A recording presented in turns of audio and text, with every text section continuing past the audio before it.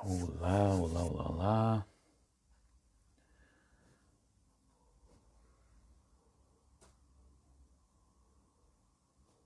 Boa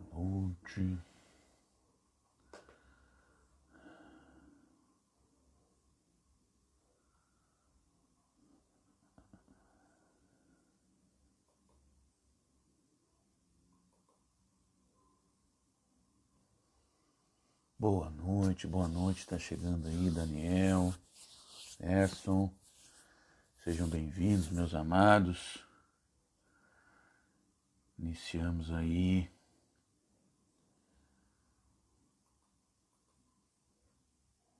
Vamos ver se eu boto aqui do ladinho para me ver e ficar vendo os comentários. Sérgio, boa noite. Vamos ver aqui. Tô domando esse troço, pessoal. Como é que tá o som? Tá bom? Tá tranquilo? Dá um bisu aí. Faz favor.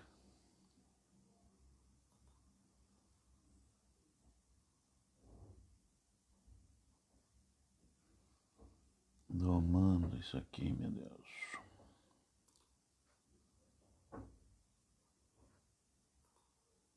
Bom. E aí, pessoal, muito frio. Oh, coisa boa. Então, se o som tá bom, tá bom. Que bom, que bom. Obrigado aí pelo retorno. Então, sejam muito bem-vindos. Estamos aqui reunidos, distantes, mas unidos em espírito, né? Paulo sempre afirmava que mesmo na distância, os nossos espíritos podem estar unidos e unidos através de Cristo. Então essa é a ideia. Nós estamos nessa sexta-feira juntos para mais um encontro do Papirando, né? Essa ideia aqui da Igreja Batista, esse nome muito engenhoso que o nosso pastor inventou, que é um encontro para a gente conversar um pouquinho sobre a palavra de Deus, né? Então, sejam muito bem-vindos, divulguem. Boa noite, meu pastor, acabou de chegar. Paulo, William, Juliano, os nossos 3 primeiros amigos que chegaram aqui, Daniel, Sérgio e Erson. Leandro, muito prazer, bom falar com os amigos, que bom tê-los aqui, né? Semana passada nós tivemos alguns problemas técnicos aí, algumas questões sobre a forma como nós íamos apresentar o programa, né? Então acertamos, alinhamos aí com o pastor, com a igreja, bem-vindo Giovanni, Fernanda, de falar, de usar a ferramenta do Facebook, né, e concentrar tudo ali, todos os vídeos que a gente tem feito na igreja. Então essa é a primeira transmissão via Facebook, aí, minha principalmente, aqui de casa, sem assessoria da produção, que foi muito importante naquele primeiro Papirando. Então, nós estamos domando a coisa assim, mas vai. O bom, fala Sejão, o Antônio, o bom é que tivemos 2 semanas para ler e meditar sobre Atos, né? Nos capítulos propostos para essa semana, de 8 a 12, que são ali os primeiros passos para fora da igreja, né? Então essas 2 semanas aí eu acredito que deu para todo mundo perceber do que se trata o livro e tomar pé, digamos assim, da história, né? Dos primeiros passos da nossa igreja. Então, boa noite novamente para os irmãos. Como o meu pastor pediu para a gente não encerrar muito tarde, eu vou iniciar aí o segundo roteiro aqui, né, que eu montei, iniciar esse nosso papo. À medida que vocês forem tendo perguntas, anotem, né, e vão...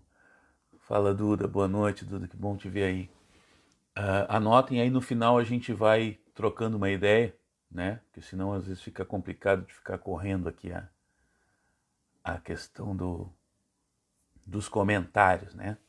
Boa noite, Vanessa, também. Então vamos lá, pessoal, para nós não nos amarrarmos muito, tá? Quando eu baixo meus olhinhos aqui, eu estou lendo o meu roteiro, porque senão a gente começa a divagar e acaba indo longe demais. Então, no último encontro a gente viu o desenvolvimento da igreja em Jerusalém, assim, né? Atos de 2 a 7, a chegada do Espírito Santo, né? No dia de Pentecostes, os primeiros sermões da igreja e os fundamentos, né, que eles estabeleceram, né? A forma como se estabeleceu ali os fundamentos do cristianismo, a ortodoxia, né? Os primeiros ensinamentos. Isso foi muito importante nesse início. Então o testemunho ele era potencializado pela presença do Espírito Santo. Cristo tinha pedido para que eles testemunhassem não só o reino de Deus, não só a sua entrega, mas a sua ressurreição e ascensão, né? E todo o plano.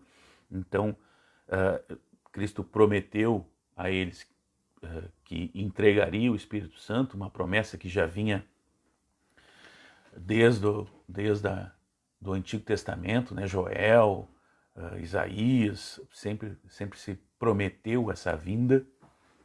Então, foi entregue no dia de Pentecostes e esse Espírito Santo ele potencializava esse testemunho. Ele não só dava o entendimento da mensagem, né? Amigo, baixa um pouquinho o telefone, assim, digamos assim, vamos ver. Aqui tá tudo meio improvisado, se eu baixar muito, esse troço vai cair.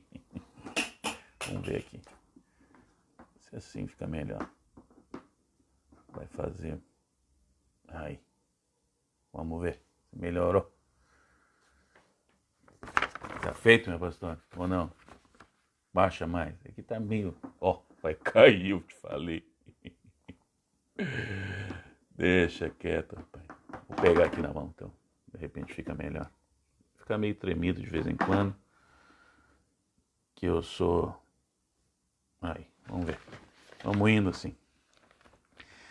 Então, o Espírito Santo potencializando, né? Não só dando entendimento, porque a gente vê o discurso de Pedro, é outro discurso depois que eles recebem o Espírito Santo, né? O primeiro ato deles ali como igreja é um ato de jogar sorte, que é um ato do Velho Testamento, e depois da vinda do Espírito Santo, da entrega da promessa, Pedro tem a total consciência e o total entendimento do que é realmente o reino de Deus e como que deveria transmitir isso, né? E ele também dava coragem, porque eles estavam sendo perseguidos, foram presos, foram oprimidos realmente, né? Mas se sentiam vantajosos, se sentiam premiados por poder estar sendo perseguido por dar o testemunho de Cristo. E essa coragem veio junto com o Espírito Santo, realizando então muitos sinais e milagres, a ponto de milhares serem convertidos de uma vez só. Depois do primeiro discurso de Pedro, no templo, né, a Bíblia fala em 3.000 pessoas, ou 5.000 pessoas, e a segunda vez 3.000 pessoas, mas eram números bem robustos, digamos assim, né, graças a essa união de testemunho com o Espírito Santo. A igreja era uma família, né, nesse espírito de união, de entrega, de presença, né, física realmente, incluindo aí os seus problemas, né? Como todas as famílias, a gente tem aquela tia meia doida, o tio meio desnorteado, sem noção, aquele primo folgado. Lá também não fugia muito. Família é família em qualquer lugar, né? Então entra em cena Estevão, nosso primeiro mártir, e o seu sacrifício gera um momento de virada na nossa história. né? E aí começa então, digamos assim, Atos de 8 a 12, que é onde a gente vai entrar agora. Estevão foi o primeiro mártir, né? Fez um discurso incrível, resumiu como ninguém o Velho Testamento, acusou, se transformou de acusado em acusador, né? Naquele julgamento que, apesar de estar sendo feito dentro dos ritos, era totalmente falso, né? Mas ele foi lá e acusou aqueles homens, dizendo a eles que Felipe está mexendo com as bonecas aqui atrás, que eu tomei conta do quarto da minha filha. Então não deixa quieto minhas bonecas da Barbie ali, palhaço. Não, vou falar sério aqui, ó. Então Estevão é martirizado, né?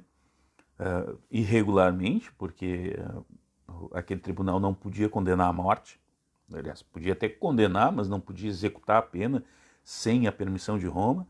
Mas a coisa foi tão intensa, a verdade dita ali foi tão chocante para aquele povo, que eles pegaram Estevão e condenaram. Depois da condenação, aplicaram a pena, né?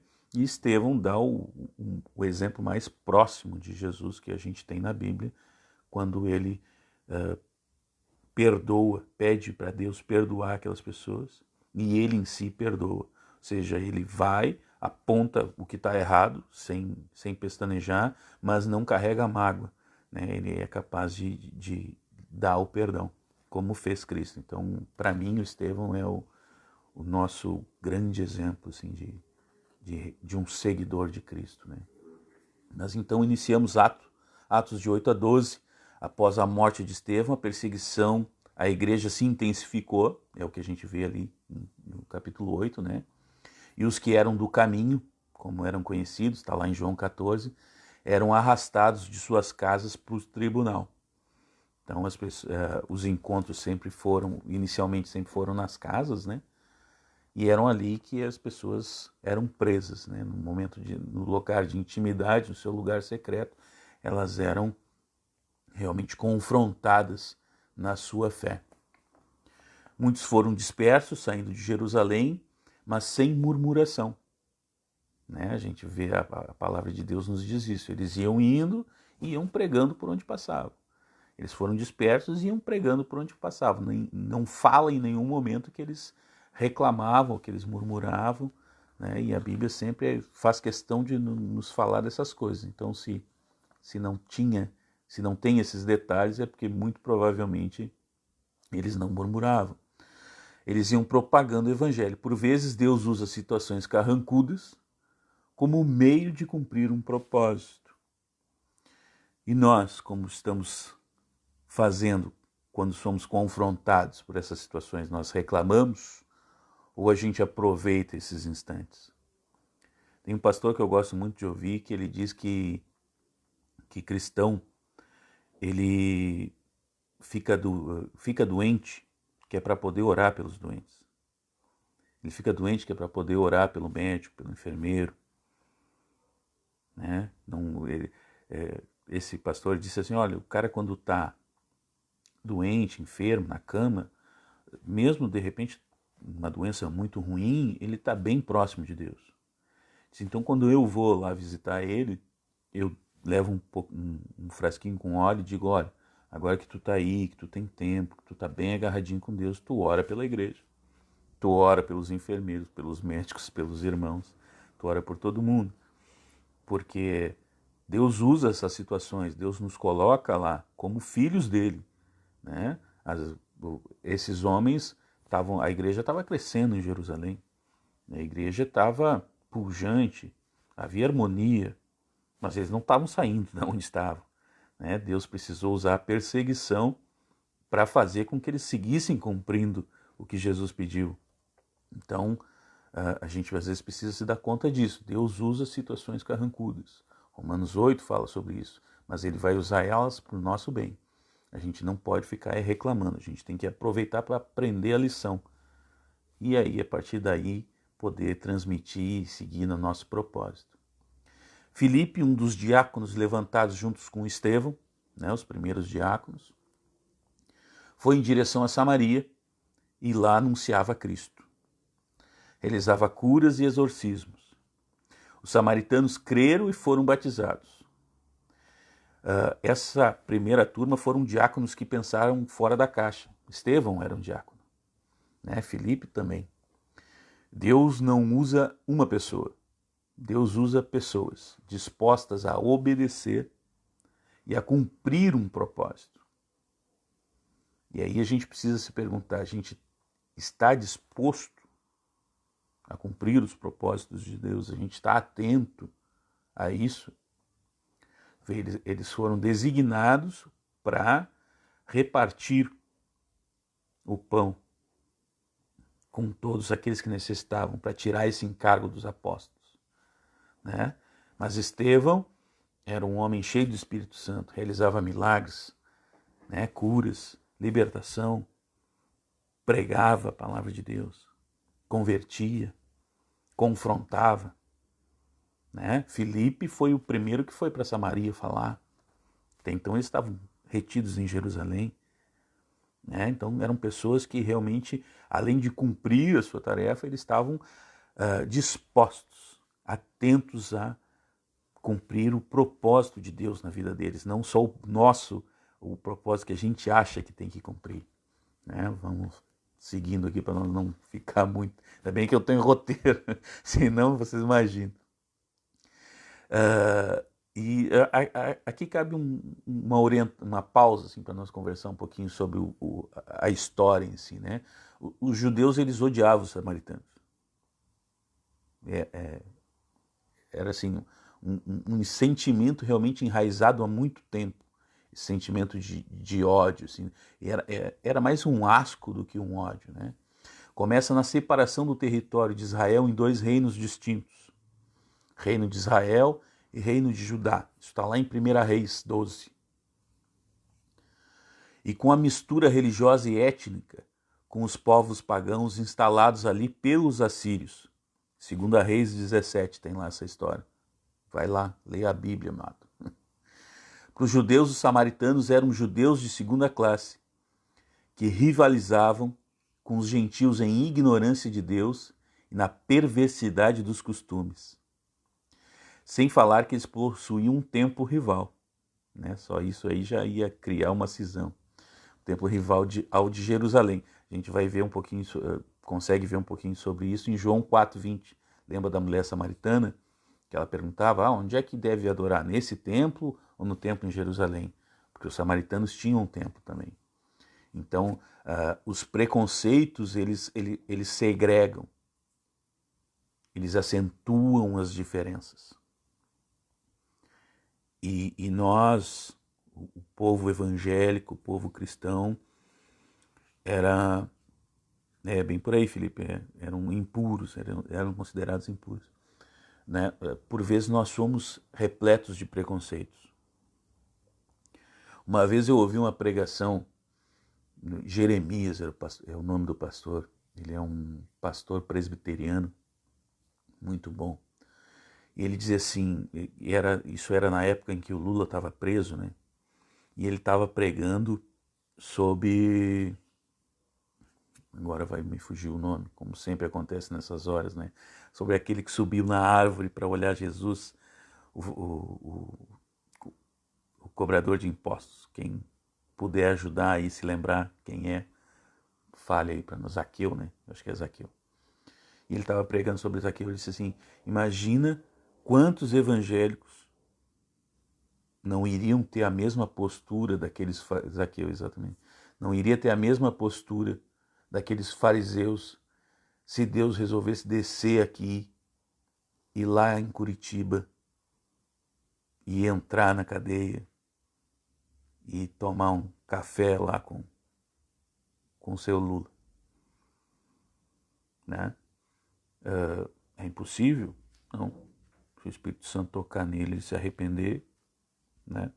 Mas quantos de nós teríamos aceitação para isso? Mesma coisa para o nosso presidente, né? Eu vejo pastores que até eu gosto deles, os caras pregando a derrubada, a retirada do presidente. Preconceito, né? E isso em todos os lugares. em todos os níveis, em todas as esferas em que a gente atua, né? Então o preconceito ele segrega, ele acentua aquelas diferenças. Eles não viam eles como judeus, não, eles eram meio judeus, né? Então isso a gente precisa estar atento.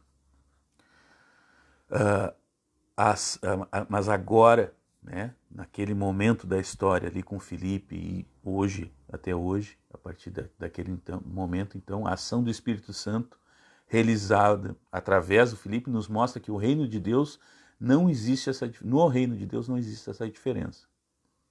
Mesmo que sejam aqueles que a gente não gosta, se o evangelho tocar nos seus corações, bingo, os caras são irmãos. Mesmo que seja aquele vizinho que tu não gosta, mesmo que seja, sei lá, aquele cara que te apurrinhou, te molestou, ou não interessa. Se o Espírito Santo converter, o cara é irmão. Olha o exemplo de Paulo, né? No primeiro momento, as pessoas em Jerusalém tiveram receio de recebê-lo, mas virou irmão. Então, sabendo da notícia do que ocorria lá em Samaria, Pedro e João vão a Samaria. Os missionários devem sempre manter a igreja a par do movimento do Espírito. Isso é importante, isso é uma lição importante que a gente pega nesse trecho aqui, né? E reunindo os batizados, o Espírito Santo continua a descer. Então, até aquele momento, eles criam em Cristo, havia conversão, eles eram batizados nas águas, mas não tinham o batismo do Espírito Santo. Isso só aconteceu quando os apóstolos vieram. O Espírito manifesta somente com a chegada dos apóstolos para reforçar a ideia de uma única igreja e uma única liderança. A supervisão dos apóstolos é fundamental para a igreja nascente. Assim como a quebra de preconceitos. Em João 4, né? A gente vê Jesus quebrando preconceitos quando vai falar com a mulher samaritana. Naquele momento ali, né, essa quebra de preconceito é uma grande chave, né? Deus já tinha começado a implantar isso, a plantar essa semente em João 4, quando ele fala com uma mulher samaritana, uma mulher que estava vivendo em adultério, né? E é reforçada aqui. A gente sempre deve pertencer a uma comunidade, a gente sempre deve estar agregado junto. E isso foi fundamental, isso é bem citado aqui, porque aqueles samaritanos convertidos e realmente arrependidos, eles recebem o Espírito Santo na chegada dos apóstolos. Ou seja, existe uma liderança. Não existe ninguém é mais especial, ou mais ungido, ou mais tocado por Deus. Mas existe uma liderança. Existe uma coordenação, existe uma pirâmide, digamos assim. Isso é importante para nós, não para Deus, né? Não para Jesus. Ele pode fazer qualquer coisa independente disso, mas para nós, seres humanos, é mais... A gente se encaixa melhor assim, nesse sistema de autoridade, né? Isso é frisado aqui. Quer dizer, o Espírito Santo realmente se derramou com a chegada dos apóstolos.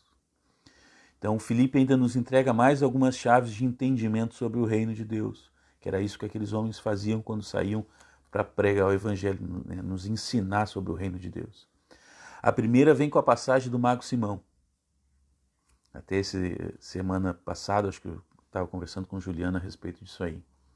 O embusteiro que no primeiro momento parece que se converteu, né? Ele segue atrás de Filipe o tempo todo. Mas ao perceber uma chance de ser alguém destacado, porque até então ele era o mago da região, ele era muito famoso, muito conhecido, sem pestanejar ele oferece dinheiro para obter essa unção. Ainda bem que isso não acontece mais, foi só naquele tempo. Ser frequente e cumprir os ritos não garantem a conversão. O Filipe dá esse curso de batismo. Isso é muito frisado lá nesse curso, né? Tá ali frequente, todo domingo, né? Dizer as palavras certas, cantar as músicas certas, não garante a conversão. Não garante. A única coisa que garante conversão é arrependimento. Metanoia. Era isso que João Batista falava o tempo todo. Era isso que Jesus falou no início da sua pregação. Metanoia, mudem a mente de vocês. Se arrependam. Isso sim é o que vai garantir a conversão. Não é só rito, não é só presença, sabe? A gente vê isso com Simão. Ele ia atrás do Filipe o tempo todo, mas não tinha se convertido. Então, a conversão, né, somente o arrependimento caracterizado pela comunhão com Cristo e os seus valores garantem a nossa conversão. Ele se mostra com remorso, ou seja, ele percebe que a ação que ele cometeu vai gerar um transtorno, vai gerar um dano, vai gerar um problema para ele, né? E aí ele, então, fica cheio de remorso. Ele quer, na verdade, ele não se arrepende do que fez, mas ele quer evitar o dano para si, né? Essa é a diferença de arrependimento e remorso. Mas ele, como é que a gente sabe que ele não se arrepende? Ele não se volta para Cristo. Que quando tu realmente te arrepende, tu vê que... Porque assim, às vezes a gente acha que, né, tem um alvo ali na frente, e a gente que não tem Cristo está acertando na beirada do alvo, né? A gente acerta a flecha assim, ali pertinho, quase no centro, na bordinha. Não. Quando a gente está longe de Cristo, a gente está tirando para o outro lado. E precisa haver a conversão. Precisa haver esse retorno de 180 graus. E esse cara aqui nos mostra que ele tinha só o remorso, não tinha o arrependimento. A atitude dele cria o termo que marca uma ação comum nas religiões, a simonia. Vou procurar no Google lá a palavra simonia. A compra ou venda do poder religioso. Isso também não acontece mais, graças a Deus, amado. Graças a Deus. Nunca, a gente nem vê, nem sonha como é que isso poderia ser. Conhece? Outro conhece alguma coisa assim? Alguém que quis comprar uma benção? Né? Cara, um status religioso. Isso acontece desde antes de Cristo, meu amado. O sumo sacerdote que estava lá no período de Cristo, ele estava lá porque ele comprou aquela bênção ali. Sabe, simonia é algo muito antes de Simão, já acontece, é bem característico da religião. O que vem de Deus vem por graça. Não há nada que façamos que nos torne merecedor ou digno. Deus nos escolhe sabendo a latada que nós somos, sabendo a bela bisca que a gente é, né? Então, fica tranquilo, não tenta comprar nada não, que é de graça. Como diz o Salmo, a gente deve meditar na palavra constantemente, Salmo 1, e pedir a Deus que continue sondando o nosso coração, Salmo 139, para nos livrar da iniquidade, sabe? Aquele pecadinho de estimação, dos velhos hábitos. Metanoia, irmão. Muda a mente, muda a mente. Pelo menos outras 3 chaves nos são entregues na passagem do eunuco. Ainda estamos falando em Filipe ali. Durante um ministério de sucesso, né? Filipe tinha um ministério de sucesso. Ele pregava, as pessoas se convertiam, os demônios eram expulsos. Chamou tanta atenção que Pedro e João foram lá conferir. Ele tinha um ministério pujante, né? Filipe é enviado para o deserto por ordem do Espírito. Deus tem compromisso com cada ovelha perdida, não com o nosso sucesso. A gente largaria o sucesso pela obediência? Imagina, estás num bom trabalho, ou um ministério, exercendo um ministério de sucesso. E Deus diz, cara, preciso que alguém vá lá no interior da Amazônia pregar para os ribeirinhos. Sabe aquelas histórias que tu viaja de navio 3 dias para chegar lá?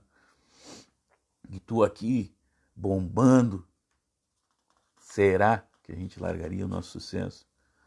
Ou um emprego, ou qualquer coisa? A gente tem um exemplo na nossa igreja do nosso pastor, que quando ele atingiu o melhor momento profissional da vida dele, foi quando Deus tocou no coração dele e disse, ó, agora sim. Ele já tinha tentado fazer isso antes. Ele disse, não, fica aí. Agora, quando tu tá no ápice, nós vamos testar.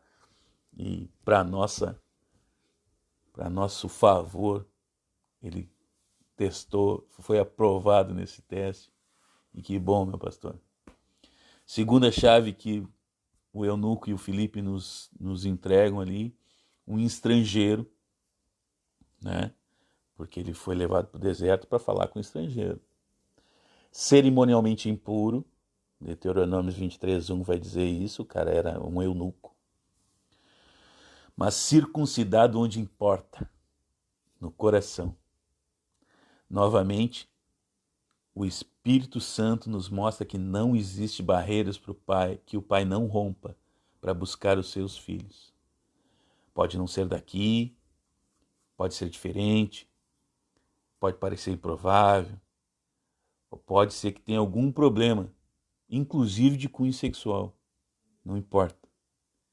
Todos os que o recebem são filhos, é o que diz João 1. Às vezes a gente, não, meu filho não dá mais. Ou meu vizinho não tem mais chance, ou... Cara, tem. Essa passagem nos ensina isso. Nenhum judeu ia chegar e explicar nada para aquele cara. Ele jamais seria admitido dentro de um culto. Ele não poderia ser circuncidado. Mas ele era circuncidado no coração. Isso vem desde o Velho Testamento, não foi só Paulo que falou, não foi. Deus sempre falou, vocês têm que ser circuncidados no coração. Sabe? Estevão tinha dito isso também. E esse foi um dos pontos finais, assim, no julgamento dele, foi quando ele disse, vocês são uns incircuncisos. Aqueles judeus ficaram loucos com ele. Mas era disso que ele estava falando. Não é sinal, não é um rito. É onde realmente importa, no interior. Porque é dali que deve vir a mudança. Né? A terceira chave que essa passagem do eunuco e do Filipe nos passa é que nós somos informados que a palavra de Deus deve nos ser explicada para que a gente possa entender por completo. Que é isso que ele diz. Como é que eu vou saber se ninguém me explica? Por isso, a palavra nos cultos, há seminários, os retiros, as aulas, grupos de leitura. Ou seja, a gente precisa não só ler, mas tirar dúvida, buscar conhecimento, se inteirar, estar afim, estar participando. Então Filipe é levado em direção ao litoral, né, em direção à Judeia, ele estava na Samaria, mas para dentro, assim. Ele é levado em direção ao litoral e ele segue propagando o evangelho nessa viagem. Então, ele vai, depois nós vamos cruzar com ele mais à frente na história de Paulo, quando Paulo está lá no finzinho já, mais para frente em Atos a gente vai ver, quando Paulo está voltando para Jerusalém para ser preso e enviado a Roma, ele vai cruzar com Filipe e a gente vai tropeçar nesse cidadão de novo aí. Então chegamos a Paulo, ou Saulo. Na verdade aí tanto faz, tá? O nome é o mesmo, é que nem João em português ou John em inglês. Ali é só traduzido, digamos assim, o nome, né? Muitos homens usavam essa transliteração do nome, a gente vê muito disso na Bíblia. Um homem de grande capacidade de conhecimento, que de perseguidor ficará conhecido como o apóstolo dos gentios. Está lá em Romanos 11, Gálatas 1 e 2 também diz isso. Nada é impossível para Deus. O cara matava, perseguia, era um carrasco. Claro, ele pagou por tudo que ele fez, tá? Deus não paga, não passa uma borracha. ele alivia.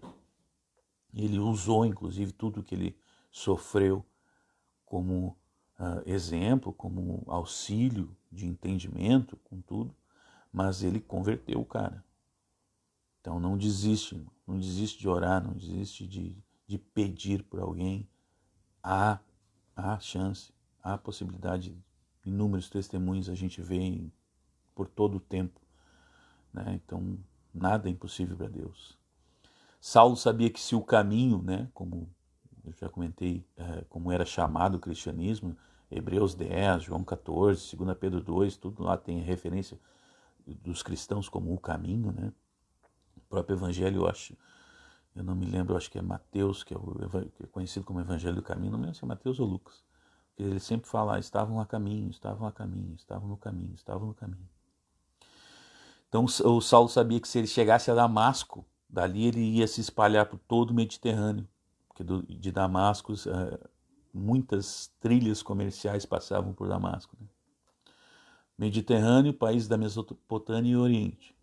Então, devidamente autorizado, ele parte em sua missão sagrada.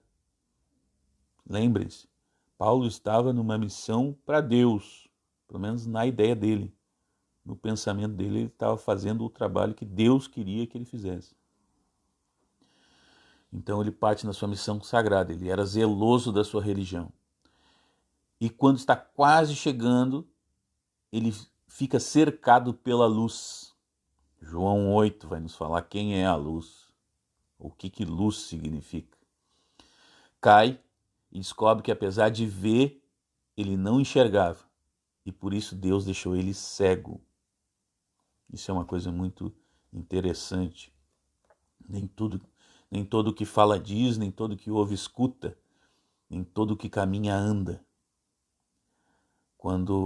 Somente quando dizemos, escutamos, enxergamos e caminhamos através da verdade, da luz, nós temos a real perspectiva do propósito e do eterno.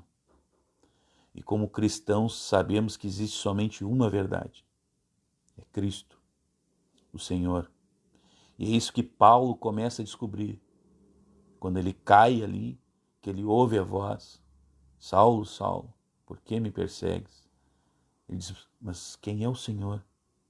Ali ele já começa a perceber. Ali ele começa a entender quem é o Senhor. Isso e o fato de Jesus e a igreja são um, a gente também descobre aí. Porque Paulo estava perseguindo a igreja, os que eram do caminho. Mas Cristo, Jesus, são junto da igreja um corpo só. Já aconteceu com você? Descobriu a verdade caindo? Quem que descobriu a verdade caindo? Perceber que tudo que você achava que sabia era engano? Se perceber cego e impotente? Já aconteceu? Bem-vindo ao clube, meu mano. Todo mundo que está na igreja, ou a grande maioria que está na igreja, descobriu a verdade caindo, tropeçando. Se sentiu tão perdido, tão cego, tão desesperado, que ouviu a voz do Salvador. Sabe? Todos, se não todos, quase todos foram assim. Bem-vindo realmente ao clube. Enquanto o agora obediente Paulo aguarda por um milagre, né? Ele estava cego num momento do mundo em que medicina era apenas um braço da magia, ninguém sabia muito bem como é que as coisas funcionavam. Então só um milagre para fazer com que ele enxergasse de novo, né? Até porque, novamente, Saulo era um homem muito religioso, ele sabia que quem cegou ele foi Deus, então só Deus para retirar essa cegueira. Por isso que ele permaneceu em jejum, por isso que ele permaneceu em oração. Ele sabia quem é que tinha o poder realmente para curar ele. Outro homem obediente nos ensina mais lições. A Bíblia é fantástica, cada frasezinha ali tem uma série de lições. Ananias, que prontamente se mostra disposto a obedecer, né? Eis-me aqui. Faz com Deus o que muitos de nós costumamos fazer. Põe Deus a par do que aconteceu. Então Deus vai, chama Ananias, diz para Ananias, Ananias, tu vai lá. Aí ele dá o nome do cara, dá o endereço do cara, diz de quem é a casa que o cara está hospedado, diz qual é o problema, diz o que Ananias tem que fazer, e aí Ananias resolve botar Deus a par do que o Saulo era. Parece que Deus não está sabendo. E eu não sei você, mas quantas vezes eu já orei assim, né? Ó, Deus, está acontecendo isso, aquilo outro. E depois, assim, né, com o coração mais calmo, imagine a cara de Deus dizendo, tá, ainda bem que tu me avisou. Eu estava aqui só perdido, dormindo, não tinha me dado de conta. O que aconteceu? E também, não sei vocês, né, mas eu tenho ainda a mania de indicar a solução para Deus, né? Digo a Deus, o problema é esse, e o senhor tem que fazer tal coisa, que assim vai ficar bom. Imagina a cara de Deus para mim lá de cima. Deus é paciente e revela parte dos planos para Ananias, né? Que Deus é bom o tempo todo, né, amado? Então Deus vai dizer, não, Ananias, eu sei que o cara é ruim, mas o cara é ruim porque eu quero que ele seja ruim também, né? Então o Ananias obedece, abençoa e batiza o Paulo. Logo, o impetuoso Paulo começa a pregar e deixa todos perplexos. Zangaria inimigos mortais e escapa pela muralha. Paulo era um cara extremamente capacitado, ele era pronto, e ele achou que já sabia o que tinha que saber, ele achou que já estava, né, naquele ímpeto todo, naquele fogo do primeiro amor, ele achou que é agora que eu vou sair.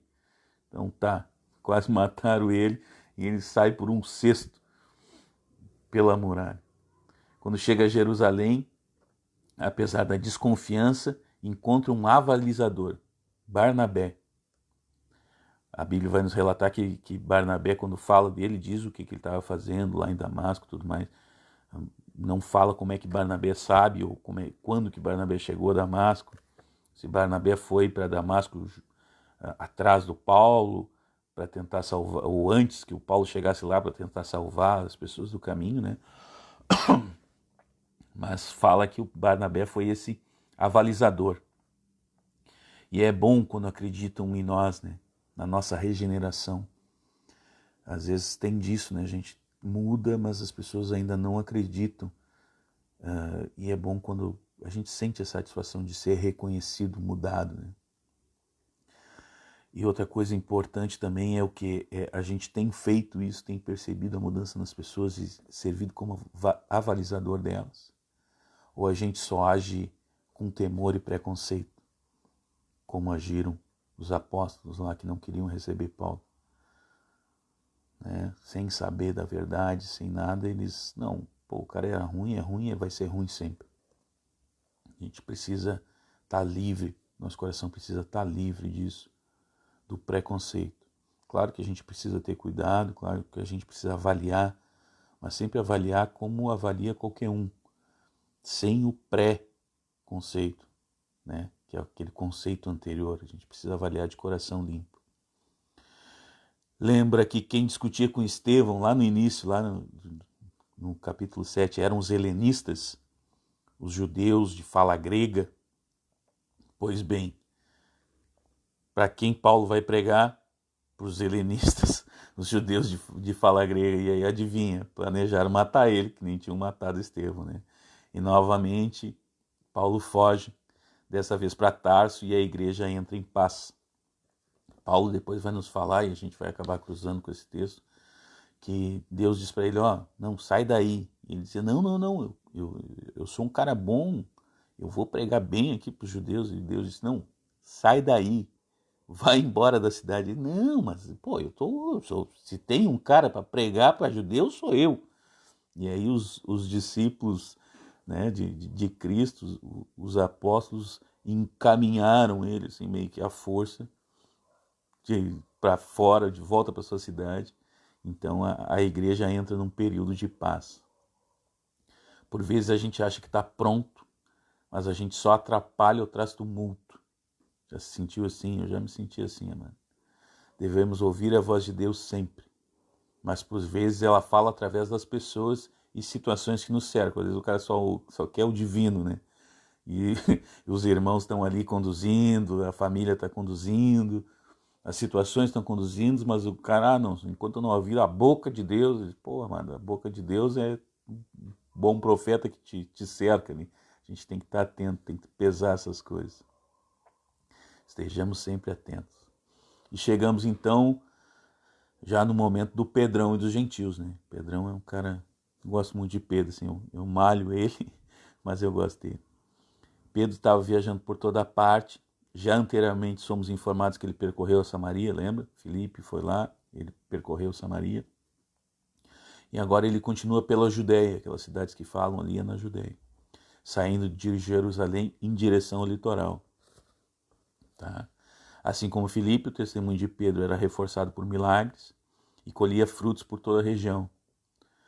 Tanto que quando nas vizinhanças uma discípula veio a falecer, os irmãos mandaram chamar sabendo do resultado. Né? Então Pedro vai e cura aquele paralítico. Não fala em momento nenhum que aquele paralítico era um judeu, era um cristão, era nada. Mas Pedro percebe ali a oportunidade, enxerga naquela pessoa a fé suficiente para ser salva e usa isso a favor do evangelho, curando ele, né? Imagina, aquilo se espalha como fogo pela região, né? Toda a jornada de Pedro o ia preparando para a chegada do Espírito Santo aos gentios. Isso é bom a gente perceber, à medida que a gente vai lendo, algumas nuancezinhas assim. O fato de Pedro tocar um cadáver, quando ele vai lá ressuscitar a Tabita, né? Pode ver que é todo o ritual que ele tinha visto Cristo fazer com a filha do fariseu. Né? Ele tira as pessoas da sala, ele ajoelha, ele chama pelo nome, que nem ele viu Jesus fazer com Lázaro. Então imagina assim, a sensação de Pedro de estar realmente realizando a obra que ele viu Cristo fazer, né? Ele sabia aquele processo, mas o fato dele tocar um cadáver já indicava que ele estava sendo transformado. Talvez ele não tenha percebido isso, mas para um judeu jamais tocaria um cadáver, porque tocar um cadáver o tornaria impuro. Está lá nas leis cerimoniais de Deuteronômio. Então isso já ia automaticamente preparando ele. Ficar na casa de um curtidor é indicação de que barreiras étnicas ligadas à pureza da religião vinham sendo quebradas. É aquilo que eu já falei nos nossos outros encontros, e o pastor já falou também, todo mundo que prega ali já falou, né? Nenhuma palavra, nenhuma vírgula, nenhum tio, nada que está na Bíblia não tem um propósito, não tem um porquê. Então quando tu lê lá, Pedro ficou na casa do curtidor. Da onde saiu o curtidor? Nem estava falando em nada em curtidor nenhum. Mas o curtidor, o que acontece? Ele recebia cadáveres de animais, né, para tirar o couro, muitas vezes. E isso tornaria aquele lugar impuro. Nenhum judeu ficaria lá. Por quê? Porque se tornaria impuro para frequentar o templo. Então isso era um sinal de que Deus vinha trabalhando na mente de Pedro. Pedro, não tem problema, não tem problema. Sabe, a gente precisa se atentar a esses detalhezinhos que aparecem na Bíblia. Assim. Às vezes tu acha, isso está meio perdido aqui, mas o que isso realmente significa? O que está por trás disso aí? Sempre tem algo por trás das coisas. Mas algo mais incisivo ainda faltava. E sendo então arrebatado, Pedro é confrontado por Deus. E novamente, né, novamente traz a lembrança dele e a nossa, os confrontos anteriores que Pedro teve. Por isso que eu gosto tanto do Pedrão, porque o Pedrão é um cara de confronto, assim, de mudança realmente. Né? A gente percebe as dificuldades para mudar, né?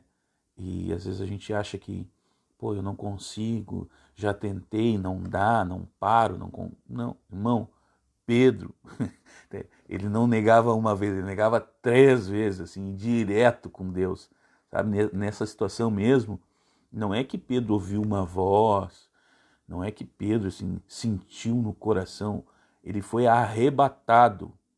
E não foi o anjo do Senhor que veio falar com Pedro, não foi Jesus, não. Ele só ouviu a voz de Deus, irmão, falando com ele. E aí ele proferiu o maior sofisma que a gente tem na história da Bíblia. Em 2 palavras. Pedro era muito bom. Em 2 palavras, ele vai dizer assim: não, Senhor. Cara, se é Senhor, não pode ser não. Se é não, não pode ser Senhor. Só na boca de Pedro isso funciona assim: não, Senhor. Pedro é um cara fantástico. Pedro, então, vai até o Cornélio, depois de tudo desse confronto, né? E outra coisa, não sei se vocês repararam ali também, Espírito Santo diz para Pedro: Pedro, desce, recebe os caras, te prepara e vai tranquilo, vai que é eu que estou no comando. E aí Pedro vai e quer saber dos caras o que o cara quer. Amanhã a gente vai. Quando ele chega lá no Cornélio também dá uma tirada de satisfação. Não estava convencido ainda. Pedrão é um cara difícil, assim, sabe? Eu conheço um quando olho no espelho. Não sei como é que é você, mas assim, irmão, Pedro é o exemplo que a gente não pode desistir. A gente vai conseguir mudar.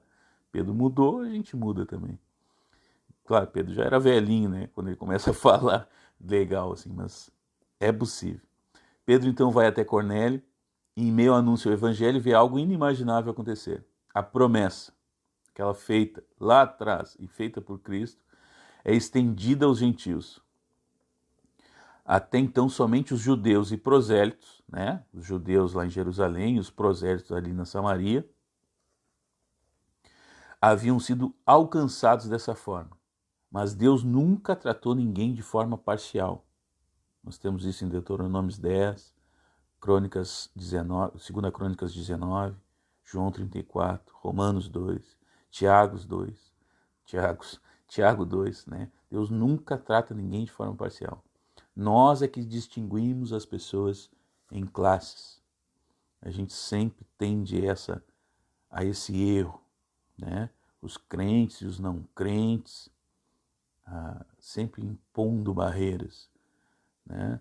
Sempre distinguindo entre os crentes, aqueles que são mais crentes, os que são menos crentes. Deus nunca fez isso. Deus não age assim.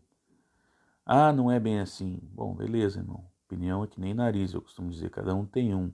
Mas eu me lembro de um fariseu perguntando para Jesus quem era o próximo dele. E aí Jesus dá uma enquadrada no cara, mostrando para ele quem era o próximo. Então não seja um fariseu perguntando quem é teu próximo. O próximo é o que está próximo, tá? E todo mundo. Não, não, não deixa essa barreira ser criada na tua mente. Então esse não era um gentil qualquer, né? Cornélio não era um gentil qualquer, ele era um romano. Ele era um oficial do exército invasor. Ele era um italiano, porque ele não, de novo, essas coisas de que nada na Bíblia ali está à toa. Quando ele disse da coorte chamada italiana, é porque muito provavelmente todos ou a sua maioria eram italianos oriundos direto de Roma, ou seja, eram representantes do governo opressor. Cornélio não era qualquer romano. Era um homem escolhido a Deus, porque a função dele era de um oficial, ele tinha um bom salário, responsabilidade, homens a seu comando, só que ao contrário de generais, de alguns generais, né, de outros cargos no exército, a função dele era estar no meio da batalha, na linha de frente, coordenando a sua centúria, né? Então era um cargo de extrema confiança, não podia ser qualquer um, não podia ser alguém que, mediante confronto ou ameaça, fugisse, porque senão todo o exército fugiria. Então era alguém realmente especial, tá? Um homem escolhido, então, a dedo para preencher tal vaga, pois apesar de ser um oficial, ele estava junto ao exército, tendo influência sobre os seus soldados. E essa era outra questão também. Então tu não deixava qualquer um ser um centurião, porque ele é que no fim realmente mandava, tinha a influência sobre os seus soldados. Os soldados iriam fazer o que ele falasse sem pestanejar. Então, se aquele cara se virasse contra um poder estabelecido, poderia criar problema. Então, não poderia ser qualquer um. E esse é Cornélio, esse é um gentil que foi tocado pelo Espírito Santo na frente de Pedro e de mais alguns. Então, isso era algo assim, realmente inimaginável. Inimaginável. Pensa, é o representante do poder opressor. Então, mediante a descida do Espírito Santo, como o próprio Pedro diz, não há opção a não ser aceitar e realizar o batismo. Né? Se o cara foi batizado com o Espírito Santo, batizar com água é um abraço. E ali a gente vê aquela... no último encontro eu falei sobre a descida do Espírito Santo e o falar em línguas, né, que existem teólogos que dizem que eram línguas estrangeiras, mas também existem teólogos que dizem que não, que era realmente a manifestação de línguas estranhas, porque na verdade eram línguas estranhas e todo mundo entendeu no seu idioma. E aqui fala especificamente que eles ouviram em línguas estranhas. Então, se fossem talvez línguas, não teria por que serem línguas estrangeiras ali. Lá no Pentecoste faria sentido, porque existiam judeus de todas as nações que estavam ali. Nesse momento, era Pedro e mais alguns irmãos, e aí fala em línguas estranhas. Então, é realmente bíblico, tá? Apesar de haver polêmica e tudo mais, mas existe a referência. Então, o caso é tão inédito e importante que ele é repetido pelo autor passo a passo no capítulo seguinte. Não sei se você se der de conta, né? Tu lê o capítulo seguinte, ele é igualzinho, palavra por palavra. Pedro vai lá e repete: não, eu estava lá e fui arrebatado e vi tal cena e neguei 3 vezes. E aí os caras chegaram e ele conta tintim por tintim. Né? Imagina, desperdício de Bíblia que nem os outros, né? Lucas estava ali desperdiçando papel, desperdiçando tempo. Não, é para frisar a importância. Jesus também, quando era algo muito importante, ele sempre frisava, né?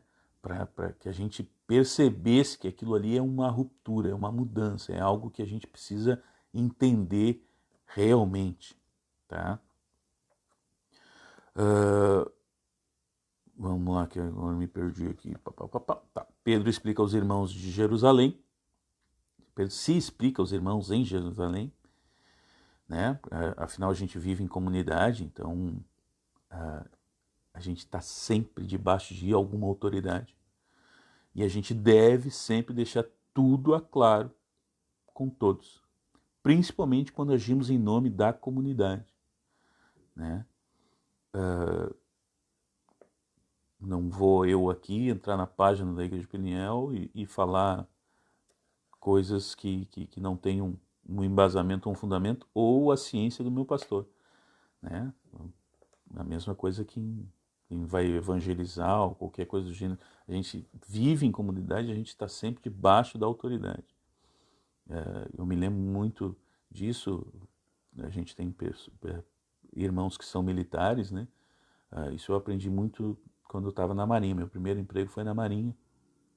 E lá eles batiam muito nessa tecla, né? Tu não é um marinheiro fulano de tal, tu é a Marinha.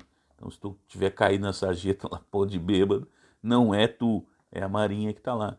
Então a gente precisa estar atento a isso, que a gente vive em comunidade e a gente precisa dar, sim, satisfação, principalmente quando a gente age ou repercute em nós, repercute as nossas ações em cima dessa comunidade.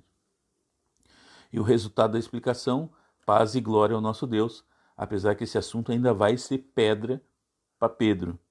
Mais à frente, também nas outras cartas de Paulo, Paulo vai confrontar Pedro firme sobre esse assunto, né?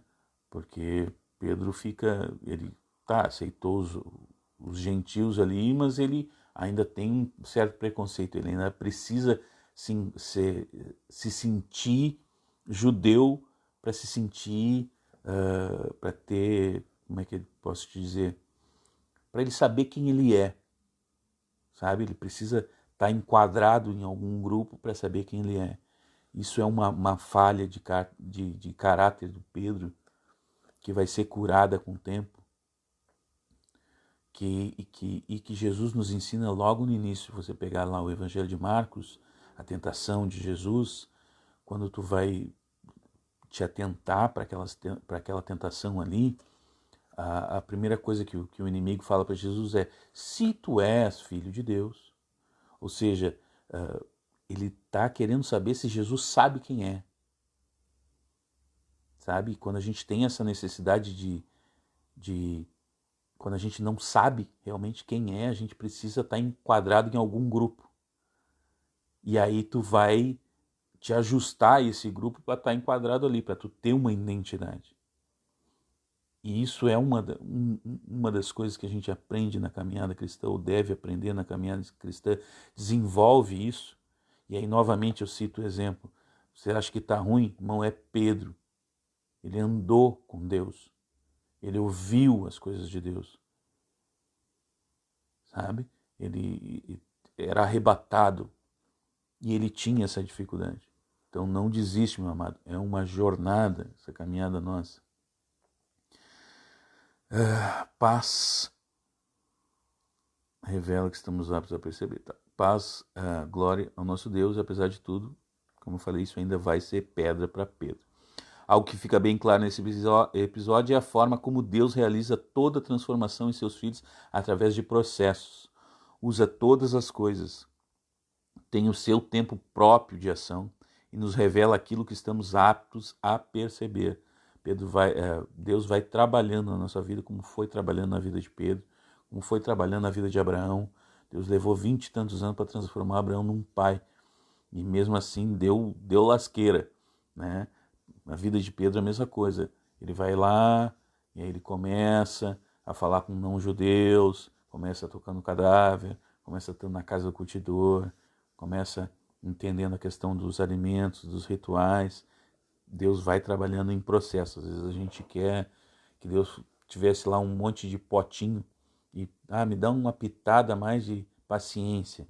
Não, Deus vai te botar um cara para te apurrinhar na vida. E aí tu vai aprender a ter paciência. É processo, meu irmão, não é mágica, não. Deus tem tratado Pedro há muito, desde antes da descida do Espírito Santo. E continua depois, lá em Gálatas 2, esse episódio que eu falei para vocês de Paulo confrontando Pedro. Começa com a pergunta sobre Pedro, o amar. Lembra daquela história? Pedro, tu me amas? Pedro, tu me amas? Pedro, tu me amas? Deus está dizendo a ele: Pedro, não precisa me proteger. Cuide das minhas ovelhas. Tenha encontros, Pedro. Não precisa ficar protegendo a palavra de Deus, protegendo Jesus, não. Depois Deus vai mostrando a Pedro que os rituais não importam, os encontros são importantes. E agora Deus mostra que por saber quem é, ele é capaz de se relacionar até com quem não o conhece plenamente. Né? Que é isso que a gente acaba vendo ali. O Deus de Cornélio era o mesmo Deus de Pedro, apesar de o primeiro não saber e do segundo não reconhecer isso. Né? Cornélio não sabia quem era o Deus e Pedro não conseguia reconhecer que aquele era o mesmo Deus. Quando Pedro chega no Cornélio, o Cornélio faz o quê? Bate coco para Pedro. Se deram de conta disso? Porque era a forma como ele estava acostumado a lidar com o sagrado. Quando a gente vai lendo ali a revelação que teve para Cornélio, diz assim, um anjo de Deus, e Cornélio reconheceu. Eu tenho para mim que Cornélio reconheceu que era um ser celestial, mas não necessariamente que era um anjo. Porque quando Cornélio vai falar para Pedro, ele diz assim, um homem vestido de branco me falou para te chamar. Então, Cornélio foi criado num ambiente de muitos deuses. Todo o desenvolvimento do conhecimento dele envolvia a aceitação de que existiam muitos deuses. Então, ele age como ele estava acostumado a agir. O que ele fazia com César? Ele ia lá, batia o coco para César. O que ele fazia nos templos? Ele ia lá, fazia isso. Ele fez a mesma coisa com Pedro. E Pedro o segrega veladamente, pois apesar do que Deus falou, ele continua com uma crise de identidade, só a reconhece através da diminuição do outro e do reconhecimento de um grupo. E por isso que do relato dele em Jerusalém, os caras foram confrontar, ele foi correndo lá. E os caras confrontaram ele. E aí ele deu toda uma explicação para ser aceito de novo por aquele grupo. Sabe? Pedro Tanto é a frase que Pedro fala, né? Só, ô seu imundo, eu vim aqui e tu sabe que um judeu não pode se juntar com um imundo, mas Deus disse para mim nunca mais chamar o imundo de imundo, então eu não vou mais te chamar de imundo. Basicamente é assim que ele está falando, entendeu? Mas porque é a forma como ele pensa também. Da mesma forma que Cornélio aceita vários deuses, Pedro, um judeu ortodoxo, não tem essas barreiras, esses preconceitos a serem quebrados. Então, lemos claramente Pedro se explicando, não dando um testemunho convicto. É uma explicação que ele está falando. Ainda bem que nós somos diferentes hoje em dia, né? Nós estamos mais conhecedores da nossa identidade do que foi Pedro. Mas isso é interessante a gente perceber também, que ele dá um relato do que aconteceu e não um testemunho. A gente que frequenta a igreja sabe como é um testemunho, a emoção que as pessoas revelam na hora de dar um testemunho, né? E tu vê ali Pedro só, não, eu fiz, mas fiz por causa disso, daquilo, outro. Aí os caras, bom, são obrigados a aceitar, né, mano? Foi o Espírito Santo que desceu, o que eles vão fazer? Tem mais é que aceitar. Mas a gente percebe essa diferença, essas barreiras sendo quebradas. Apesar da torcida e das ações contra, o caminho se espalhou, avançando pelo Mediterrâneo. No início, somente entre os judeus, é o que a gente vê lá no capítulo 12, finalzinho do 11 e 12. Mas não tardou, a mensagem chegou aos gregos. E como todo projeto de Deus é fadado ao sucesso, muitos deles creram, né? Essa ação foi tão bem sucedida que os apóstolos enviam para lá um homem cheio de virtudes, Barnabé. Amém? O cara, tu vai ler sobre ele, diz é cheio do Espírito Santo, um homem cheio de misericórdia, um homem cheio. Barnabé era cheio. Entre as virtudes de Barnabé está o fato de reconhecer quando precisa de ajuda. Então ele chega nessa nova igreja de Antioquia, percebe que há uma ação de Deus, mas percebe que há falta de alguma coisa. Muito provavelmente ele percebeu a falta de ensino. Então ele foi buscar quem? Quem ele conhecia que era cheio de ensino. Então, lembrando-se de alguém extremamente capacitado, vai à procura do há muito tempo afastado Saulo. Foi ali na igreja de Antioquia que transformamos um xingamento em um selo de orgulho, cristãos. Ali é a primeira vez que os do caminho são reconhecidos como cristãos. Provavelmente isso era um xingamento de quem perseguia ou de quem não acreditava. Mas isso sempre, toda vez que tentavam denegrir a igreja no início, isso acabava se tornando um selo de virtude para a igreja. Às vezes a gente também passa batido. Barnabé foi ali buscar Saulo, saiu da cozinha e foi na sala. Não, amado, a viagem levava 6 meses de navio, mais 6 meses para voltar. Então o cara recebeu uma missão e ele retardou essa missão por 1 ano para buscar a ajuda de alguém capacitado, para restaurar alguém que estava há muito tempo afastado, muito provavelmente guiado pelo Espírito Santo. Mas a gente precisa atentar para esses detalhes, assim, não é foi ali buscar, não. Realmente ele percebeu a necessidade e ele estava disposto a sacrificar para fazer isso. Então, muito provavelmente o Espírito Santo tocou no coração dele e ele ouviu, que é muito bom, né? Mas ainda não acabou. O livro de Atos continua nos revelando, à medida em que lemos, como toda a Bíblia faz. A política resolve novamente dar as cartas e o rei prende alguns da igreja. Mata um apóstolo e prende outro, vendo o sucesso da sua primeira ação, né? Mas o poder da igreja não vem de homens ou governos, vem de Deus. E por isso mesmo, atribulados, nós não nos angustiamos. 2 Coríntios 4, né? É assim que funciona, né? O cara está atribulado, ali, cheio de problema na volta, mas a gente está em paz. Por quê? Porque a gente sabe que não é o coronavírus, não é o presidente, não é o governador, não é o prefeito, é Deus. ou pelo menos a gente deveria saber isso. Né? Nesses momentos assim de tribulação, o farol de Deus deveria ser a igreja. E a igreja somos nós também, se permitirmos que Cristo seja nossa cabeça. Quando estamos em comunhão, então a gente precisa se lembrar disso. Atribulados, não nos angustiamos. 2 Coríntios 4, procura lá, vai ler a Bíblia, irmão. Pelo menos com Pedro era assim, né? A gente vê isso lá no início com Estevão, né? Estevão estava lá acusado de crimes que levariam à morte e o semblante dele parecia de um anjo. O cara estava tranquilo, ele tinha essa confiança, ele tinha essa noção. Pedro também. Pedro estava à véspera da morte e ele estava dormindo.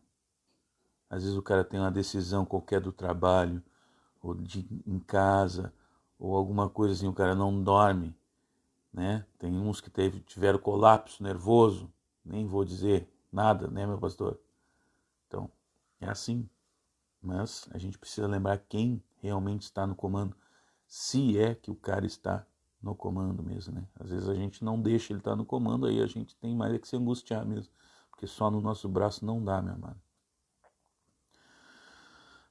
Outra coisa que eu tinha lido aqui, mata o apóstolo, prende. Me passou, eu tinha me lembrado, me passou, daqui a pouco vem. Então, pelo menos, com Pedro era assim, Pedro, preso em um ambiente de segurança máxima, ele tinha dois caras acorrentados com ele, 2 na porta. No corredor da morte, né, a véspera de morrer, só estava aguardando a Páscoa, porque a Páscoa era muito agitado, todo mundo estava lá em Jerusalém, muita gente podia causar comoção, então ele estava só passando, esperando passar o dia, e o Pedrão estava lá dormindo. Talvez pela certeza de um propósito a ser cumprido, né? Lembra quando Jesus dormiu? O barco estava quase afundando e Jesus estava o quê? Dormindo, porque ele sabia que tinha um propósito a cumprir.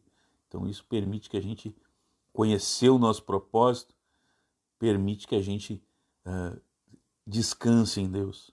Ainda bem que o nosso pastor está falando sobre propósito. Assista logo a seguir às 11h30. Então, talvez pela certeza da oração da igreja, Pedro também estava calmo por causa de sabendo que a igreja estava intercedendo por ele, né? Talvez por desfrutar a paz de Cristo, não importa. Ele estava, como todos nós devemos estar, diante de um desafio cuja solução não depende de nós. Isso também é importante, né? O que é para tu fazer, tu tem que fazer. O que foge da tua mão, aí tu deixa na mão de Deus. Certo de que o Pai sabe o que é melhor. Pedrão pelo menos aprendeu a lição lá de Marcos 35. Tomara que a gente aprenda também. Então uma ação extraordinária acontece. Extraordinário, fora do comum, fora do natural. Pedro é solto. E como só acontece com um crente, né? Isso é bem típico da gente, ele se dá conta do milagre que recebeu depois do caso passado.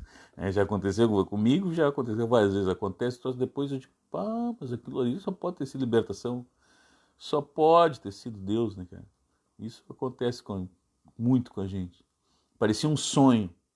Já viu algo assim na tua vida? Assim, parece um sonho, ó, que era para acontecer, não aconteceu. Nossa, que legal, não, que legal, não. É Deus agindo, meu irmão. E acha que eu estou forçando a barra? Quando Pedro chega no lugar, olha, essa cena é fantástica. Quando Pedro chega no lugar em que estão orando pela libertação dele, o que acontece? Quem recebe um milagre na porta, deixa o milagre na rua. Deu de conta disso, lendo aquilo. Se a gente lê rápido a Bíblia, não se dá de conta dessas coisas. Os caras estavam orando pela libertação. O cara é liberto, eles deixam o cara na rua. É um troço de louco, né? Quem clamava, certo, os caras estavam certos que ia ser atendido. Vamos clamar a Deus para libertar Pedro, que ele vai ser atendido. E aí eles vê o Pedro se espanta, fica apavorado. Pô, tu não estava orando por isso, cara? Tu estava orando pela libertação dele, tu não orasse porque tu acreditava, e agora tu vê o cara fica espantado, chega a achar que é aparição. Ah, é um fantasma. Mas como assim, rapaz? Tu estava orando para libertar o cara. Só crente, irmão. Só crente. A gente é fantástico. Ainda agitados, quase põe tudo a perder. fazendo uma algazarra. Imagina o desespero de Pedro. Primeiro deixa ele na rua, depois ficou gritando que ele está ali. É cada filho que Deus arruma, olha. Ô papai, perdoa. Pedro, que não era bobo, se retirou, né? Ele fala, dá o testemunho e cai fora, ele só volta no capítulo 15.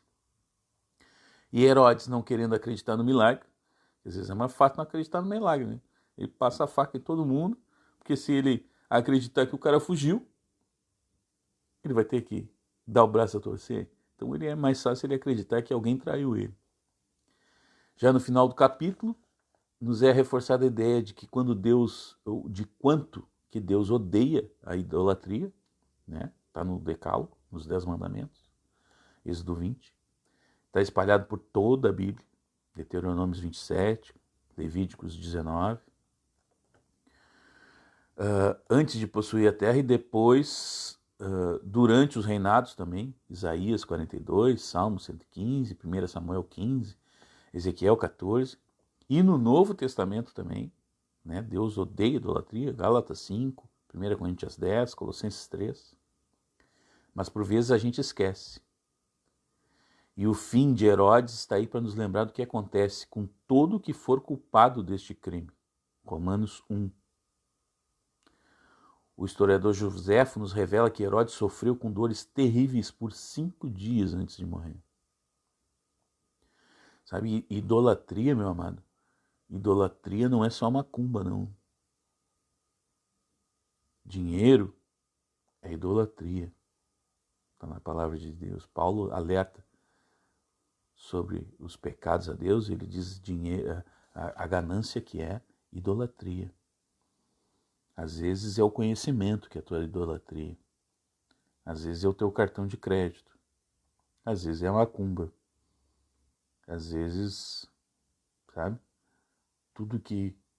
um celular. Toda vez que tu não tem Deus em primeiro lugar, tudo que tu põe na frente de Deus, tudo isso é idolatria.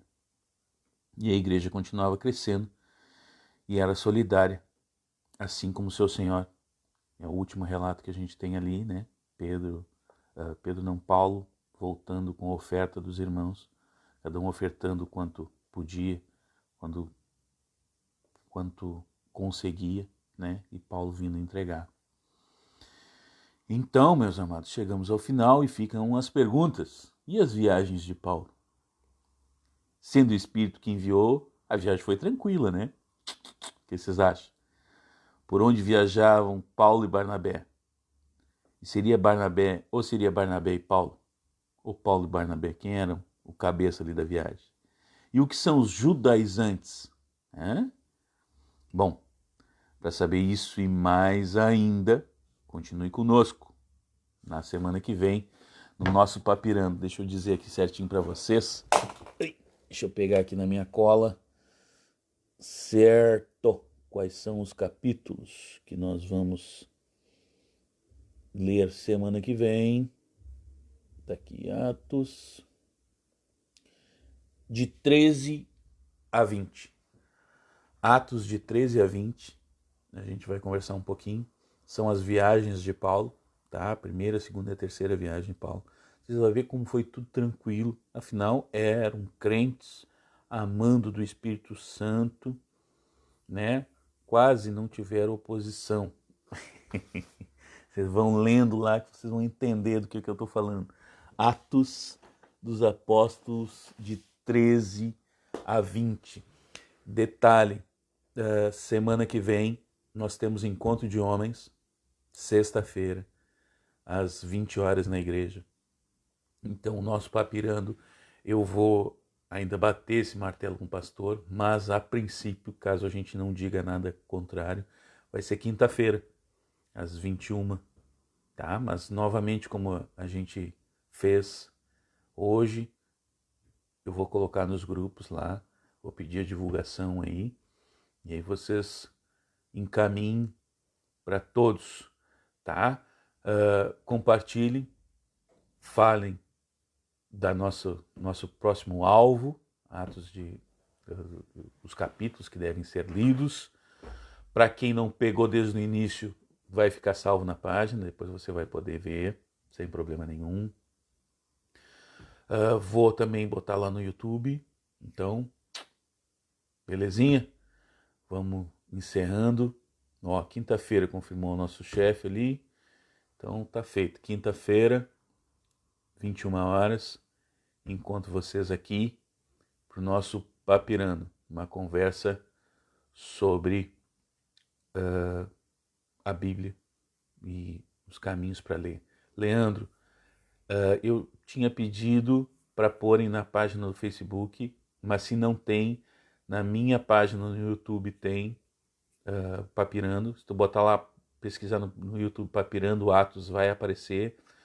Eu acho que eu compartilhei no Face aqui da igreja, se não eu vou fazer isso, vou compartilhar o link do primeiro Atos 1, que a gente fez também pelo Facebook. Atos 1 tem no Facebook da igreja.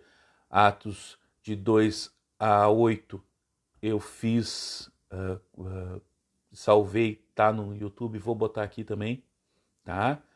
E aí esse é o nosso terceiro encontro, depois vamos para o quarto encontro e o quinto encontro, onde a gente vai encerrar, e aí depois eu estou trabalhando em duas possibilidades, ou as cartas da prisão, né, Efésios, Colossenses, Filipenses e me fugiu o nome do cara, me fugiu o nome do livro, que baita professor esse de vocês, hein? Vou botar aqui, deixa eu ver aqui, deixa eu colar. Meu Deus, Timóteo não. Bom, vocês vão saber depois, primeiro até que eu. Filemon, rapaz. Oh, esqueci, Filemon, Efésios, Colossenses e Filipenses. Ou então, talvez também, a gente possa falar um pouquinho sobre Mateus 24 e 25, um pouquinho sobre a volta de Jesus, um pouquinho sobre tribulação, sobre fim dos tempos, sobre o que Jesus falou sobre escatologia. Até essa é uma boa enquete. Ponham aí o que vocês preferem, escatologia ou as cartas da prisão. Vai ter dos dois, então é só para não saber qual vai ser primeiro. Eu já estou trabalhando em paralelo nos dois, estou quase doido com esses assuntos. Tá bom? Um beijo. Quero só terminar orando por vocês, porque como eu sempre costumo dizer, imitando o nosso amigo Lutero, palavra e oração. Só um não adianta, tá bom? Em nome de Cristo Jesus, Pai nosso, Pai, muito obrigado, Senhor, pela oportunidade de falar da Tua palavra com os irmãos, de estarmos reunidos com o propósito de Te conhecer, Senhor. Derrama sobre nós a Tua água, Senhor. Alimenta-nos com o Teu pão, Senhor. Sabemos que só Tu é verdade, só Tu é o caminho, só Tu é a vida, Senhor. Sabemos que o Teu caminho é um caminho longo, é um caminho árduo, é um caminho que haverão processos e haverá tribulações, mas sempre será o Senhor trabalhando, se permitirmos e estivermos debaixo do Teu senhorio. Continua trabalhando nas nossas vidas, continua nos enchendo de fome e sede de Ti, Pai, que possamos estar cada vez mais inspirados a Te buscar e a Te compreender. Derrama o Teu Espírito sobre nós e dê-nos a compreensão da Tua palavra. Assim eu te peço pelo nome poderoso de Jesus, para a Tua honra e para a Tua glória, para todo sempre. Amém. Amém? Brigadão, amados. Até quinta-feira, 21 horas, com mais um pouquinho do Papirando. Até mais.